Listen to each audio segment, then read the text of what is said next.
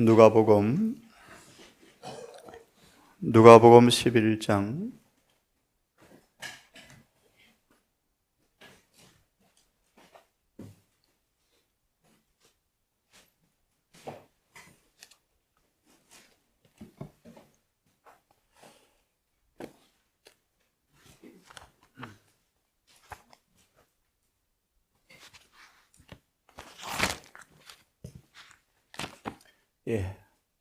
펴놓으시고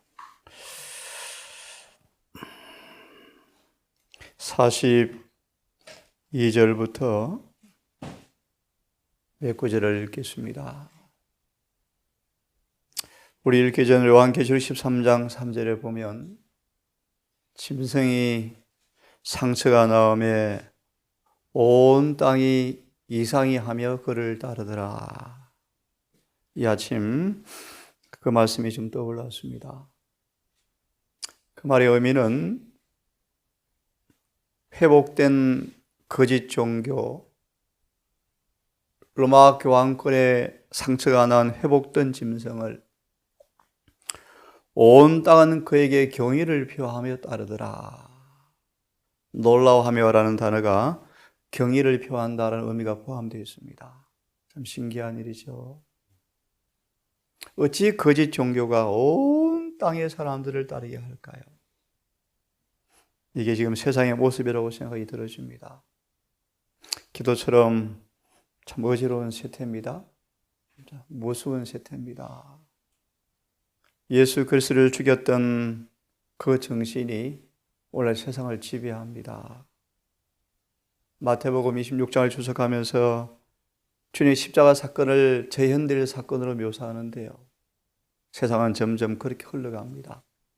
진리보다 거짓이, 참보다 거짓이 높임받는 데 살고 있습니다.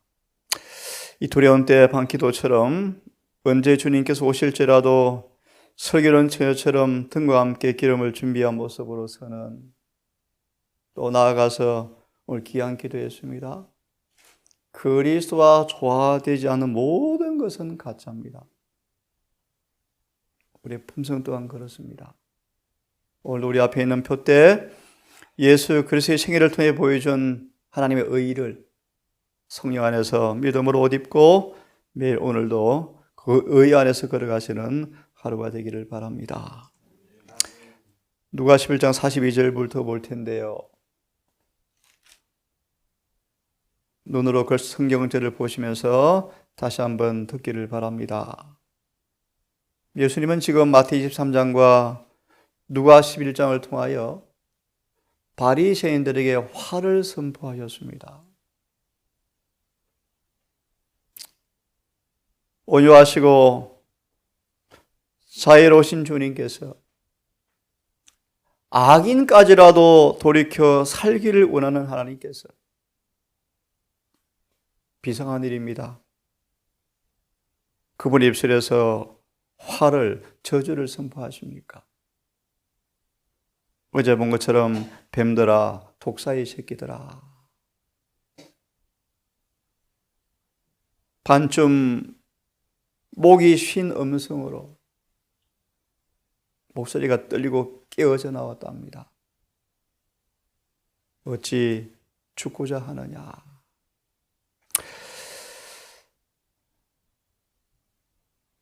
들으시고 성경을 읽겠습니다. 백성들이 유전에 대한 그들의 존경심과 타락한 제사장들에 대한 그들의 맹목적 신앙을 통하여 백성들은 노예가 되었었다. 노예가 되었다.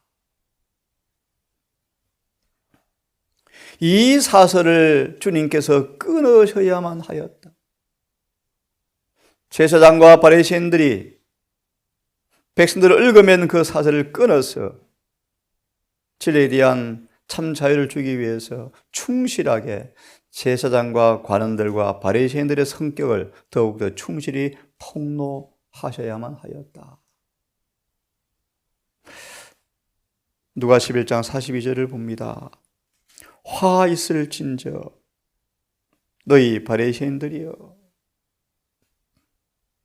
박하와 운양과 모든 채소의 11조를 드리되 바리새인들이 그랬답니다. 그런데 사랑은 버리는도다. 공의와 의와 인과 사랑이 없도다. 11금을 철저히 내지만, 최소 신금까지 11조를 내지만 공의와 인과 자비와 사랑이 없도다.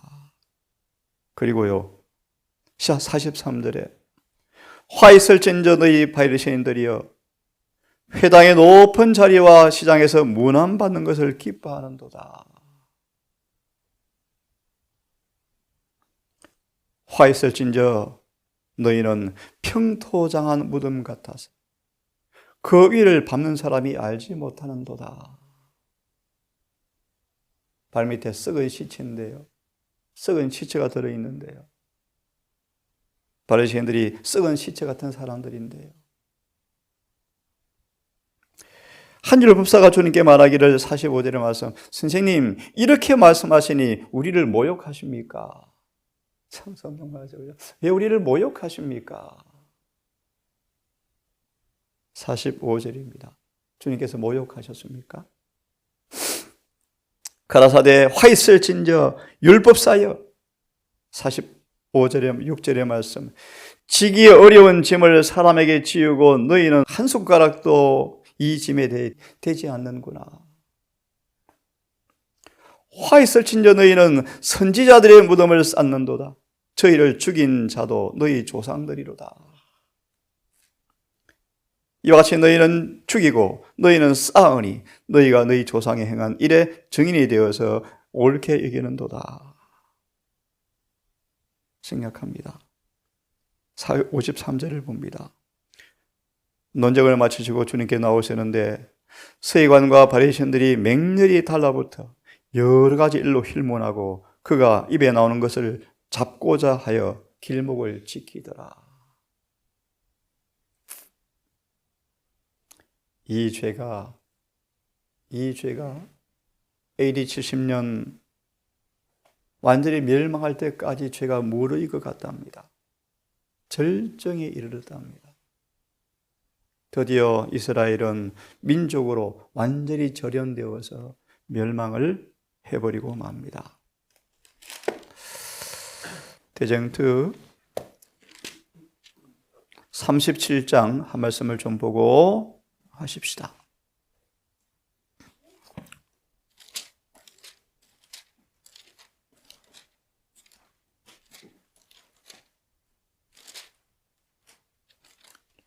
예, 597페이지를 좀 읽고 오늘 이어서 몇 말씀을 드립니다. 대쟁투 597페이지입니다.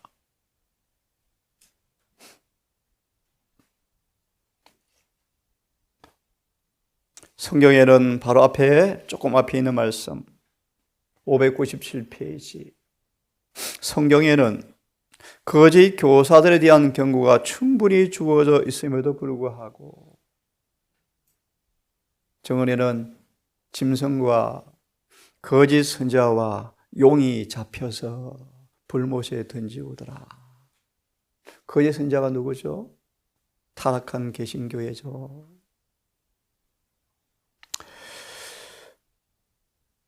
거짓 교사들에 대한 충분한 경고가 주어졌음에도 불구하고 그들의 영혼을 지켜주도록 성직자에게 맡기고자 하는 자들이 많다. 오늘날도 그들은 종교 지도자들에게서 배운 것 외에는 자기의 신앙에 대하여 아무런 설명도 할 수 없는 많은 사람들이 종교를 믿노라고 공언하고 있다. 그들은 구주의 가르침에 유의하지 않고 지나쳐버리면서 목사들의 말은 맹목적으로 믿는다. 그러면 목사들은 과오가 없는가? 저를 포함해서요, 우리가 하나님의 말씀에 의하여 그들의 가진 빛을 가진 자들이란 사실을 알지 못한다면 어떻게 우리 영혼을 그들의 지도에 맡길 수 있을까? 많은 사람은 세속적 길을 끊어버릴 도덕적 용기가 없으므로 부족함으로 학자들의 발자취를 따르게 되고 그들 스스로 연구하기를 싫어하므로 속절없이 오류의 쇠사슬에 매여 있게 된다. 그들은 이 시대를 위한 진리가 성경에 분명히 제시가 되어 있음을 깨닫고 그 진리를 증거할 때 성령의 능력이 수반되어 있음을 느낀다. 그러나 그들은 그 빛에서 그들을 돌아서게 하는 지도자의 반대에 맹종한다. 비록 이성과 양심이 각성되어 있을지라도 그 기만당한 사람들은 감히 목사들과 다르게 생각하려 하지 않는다. 그러므로 그들의 개인적 판단과 영원한 유익은 다른 사람의 불신과 교만과 편견으로 말미암아 희생당하게 된다. 이렇게 해서 수많은 사람이 멸망을 당합니다. 마지막 문단, 사단이 인간의 가마력을 통하여 사람들을 자기의 포로로 사로잡아 두는 방법은 많다. 그는 애정의 비단실로 많은 사람들을 그리스도의 십자가의 원수가 된 자들과 연결시켜 둠으로써 사람들을 자기 편이 되게 한다. 그 결합의 관계가 부모, 자식, 부부, 사회 등 어느 관계이든지 그 결과는 동일하다. 진리를 반대하는 자들은 양심을 지배하기 위하여 그들의 능력을 발휘하고 있으며 그들의 지배 아래 들어간 사람들은 직무에 대한 자기의 확신을 따라 행할 만한 충분한 용기와 동의심을 가지고 있지 못하므로 그들은 자신의 영혼의 부분을 사람에 맡겨서 같이 멸망한다는 것입니다. 여러분, 여호수아 7장 한 말씀을 좀 보고 싶습니다. 여호와라 여호와라 자비롭고 너롭고 노하기를 드디어 하시며 악과 죄악을 용서하시길 기뻐하시는 우리 주님이신데, 그렇게 온유하시고 자애로우신 주님이신데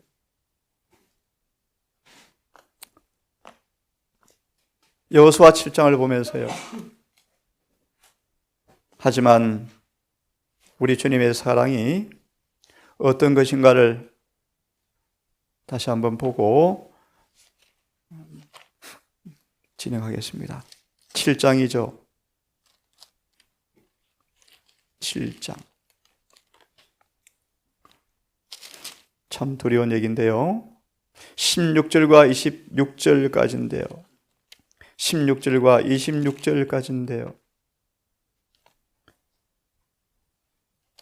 성경을 다 볼 수가 없고 잘 아시는 것처럼 하나님께서 한 사람의 죄를 어떻게 치료하시는지, 죄를 어떻게 처리하시는지 정확하고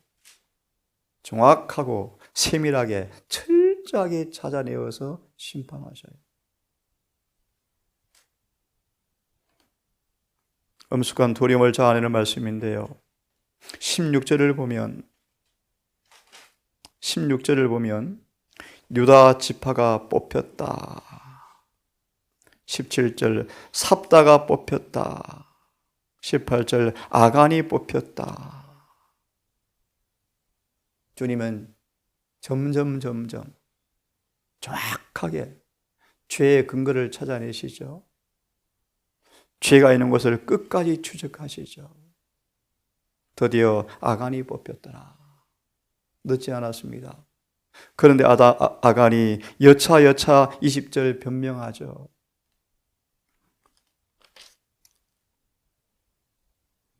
넘어갑니다. 25절의 말씀. 여호수아가 가로되 어찌하여 우리를 괴롭게 하였느냐? 여호와께 오늘날 너를 괴롭게 하시리라 하니 온 이스라엘이 그를 돌로 치고 그것들도 돌로 치고 불사르고. 참 인간이 이해하기 어려운 하나님의 품성이에요. 하나님께서 왜 이렇게 허락했을까? 그래서 여러분, 아골골짜기 단어가 나온 것입니다. 아골골짜기. 증언을 보겠습니까? 죄는 밝혀내어야 하고 책망받아야 한다.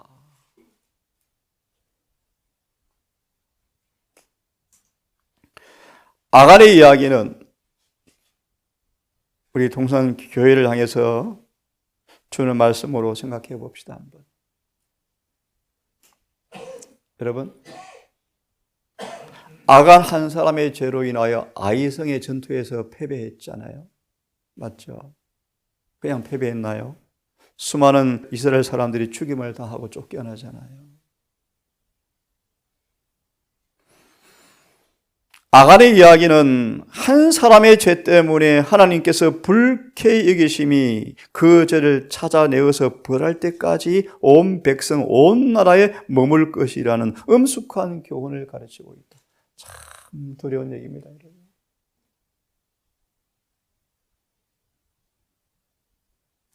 치명적 문둥병에 감염된 한 사람, 아간, 이기심의 문둥병에 감염된 한 사람은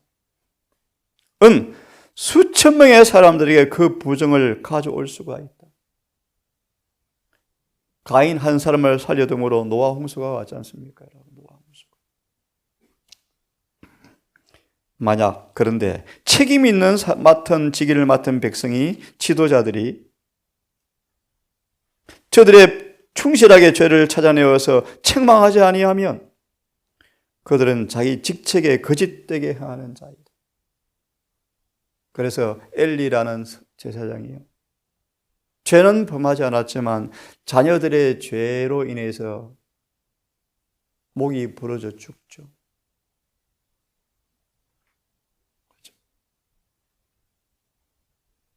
우리가 주님의 자애로움을 참 좋아합니다. 거의 대부분의 설교는 주님의 자비와 사랑을 설교하죠. 예, 맞습니다. 이런 부분도 여러분 간과해서는 안 됩니다. 우리가 만약 주님께서 이렇게 하셨어요. 죄를 얼마나 싫어하시는지를. 그러므로 죄인을 죄에 있는 채 절대 구원할 수 없대요. 마저 읽겠습니다. 직위나 인기에 손상이 있지 않을까 하여 죄를 죄라고 감히 말하지 못하는 사람들이 많이 있다. 인간적인 생각으로 침례 요한은 참 바보죠. 왜 헤롯의 죄를 지적해서 목이 잘려 죽습니까? 왜 남을 비평합니까? 소위. 그런데 하나님께서 침례 요한을 통해서 그분이 말씀하신 거예요. 그분이 말씀. 그렇죠? 하나님의 종은 그 자신의 정신과, 참 중요한 말씀이네요. 잘 들어보세요. 하나님의 종은 그 자신의 정신과 하나님께서 요구하시는 책망의 정신을 뒤섞어서는 결코 안 되겠지만, 이게 무슨 말이에요? 이 일에 실패하여 모세가 죄를 지었잖아요. 모세가 자신 육신의 정신이 하나님의 말씀과 섞여서 짜증이 났잖아요. 화가 났잖아요. 의분이 아니었고 화가 났잖아요. 이렇게 되지 말라는 거예요. 침례 요한의 헤롯에 대한 정죄는 침례 요한의 뜻이 아니에요. 하나님의 음성이었어요. 성령의 사람이 성령에 사로잡혀서 하나님의 의분이 침례 요한을 통해 드러난 것이지 침례 요한의 정신이 섞인 것이 아니에요. 그렇게 하지 말라는 거예요. 그래서 엊그제 우리 로마서 공부하셨죠? 화를 내지 않을지라도 노기를 띠는 것은 이미 죄다. 여러분, 하나님의 율법이 무엇을 죄라고 말한지를 아셔야 돼요. 분을 내어도 죄를 짓지 말며 해가 지도록 불을 마음에 가지고 있지 말라? 분을 내어도 죄를 짓지 말라? 그럼 속에서 분이 올라오는가? 그게 아니고요. 그 성경 구절은 거룩한 의분을 가리킨다. 거룩한 의분일지라도 계속 간직하면 그것이 식어지고 시들어지면 내 정신이 섞여서 짜증으로 변할까 두렵다? 거룩 의분도 하지 말라? 오래 품지 말라. 사람이 화를 내는 것은 의를 이루지 못하는 거예요. 자, 해석 봅니다. 그러나 하나님의 말씀을 두려움이나 편애가 없이 제시되어야 할 엄숙한 의무가 있다. 그래서 참 말씀을 가르치는 자리가 그렇게 두렵고 특권이지만 너무너무 두려운 자리예요. 그는 죄를 죄라고 정당한 이름으로 불러야 한다. 그들의 부주의와 무관심으로 하나님의 백성들이라고 말하는 사람들에 의해서 하나님의 이름에 욕되게 하는 많은 사람들은 범죄자로 헤아림을 받을 것이다. 그래서 남에게 말씀을 가르치는 많은 사람들이 구원을 못 받는 거예요.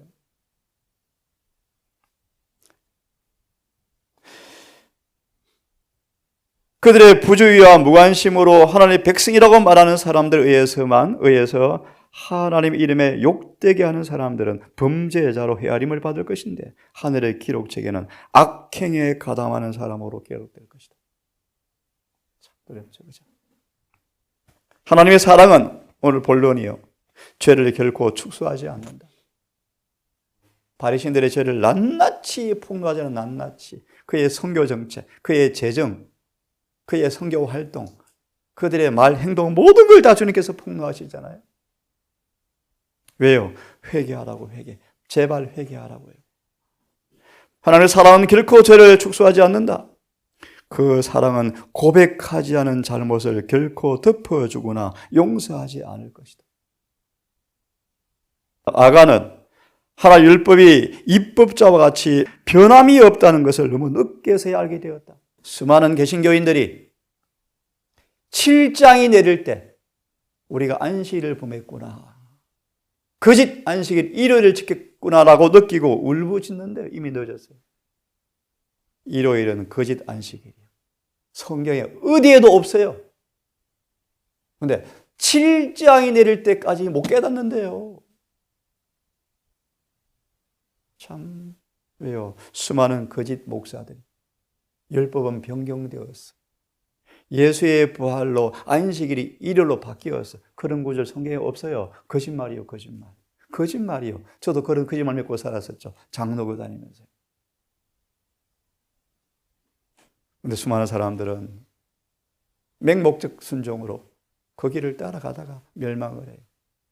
그래서 재림교회는 둘째 천사의 길에 타락한 개신교회와 천주교회를 바라보면서 내 백성아 나오라고 지금 외쳐야 돼요. 핍박이 오겠죠. 이것은 우리가 모든 행동과 사상과 감정까지 관계를 갖고 있다. 그죠? 이것은 우리를 뒤따라와서 모든 행동의 은밀한 동기에까지 미친다. 죄에 빠짐으로 인간은 하나의 율법을 가볍게 여기게 된다. 죄를 자기 주위의 사람들에게 숨기고 스스로 그의 심중에 이르기를 하나님은 죄악에 주목하리라 만큼 엄한 분이 아니라고 생각하는 사람들이 많이 있다. 그러나 그분의 율법은 의의 표준이다. 하나님께서 선악간의 모든 은밀한 일을 심판하실 그날에 율법과 생의 모든 행동은 반드시 비교해서 보신다. 지금 조사 심판하시죠. 근데 두려워하지 말래요. 십자가의 현재 칭의가 종말론적으로 조사 심판까지 유효하다. 새빨간 거짓말이에요. 믿지 마세요. 우리는 반드시 성화되셔야 돼요. 반드시 죄를 끊으셔야 돼요. 반드시 죄에서 깨끗해지셔야 돼요. 왜요? 계시록 20장 펴보세요. 하늘에 기록된 책의 행위에 따라서 심판하시더라. 우리는 두려워하셔야 돼요. 경건한 두려움으로 철저히 회개하시고 죄에서 떠나셔야 돼요. 그날에 율법의 생의 모든 행동을 율법은 반드시 비교해 보신다. 너무너무 중요한 말씀이요. 마음의 순결은 생의 순결을 낳는다. 그러므로 거듭나야 되죠. 죄에 대한 모든 변명들은 부질없는 것이 된다. 하나님께서 그 사람을 쳐서 증거하실 때 누가 그 죄인을 위해서 중보, 기도, 변호해 주실까? 아무도 없죠. 여기까지 합니다. 화 있을 진저 바리새인들이여 낱낱이 그들의 죄를 폭로하시면서 백성들과의 관계를 완전히 회복할 수 없을 만큼 끊어버리셨대. 기도합시다.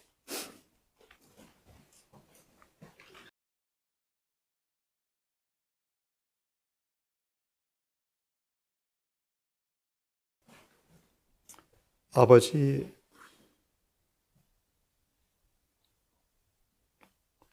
우리 주님의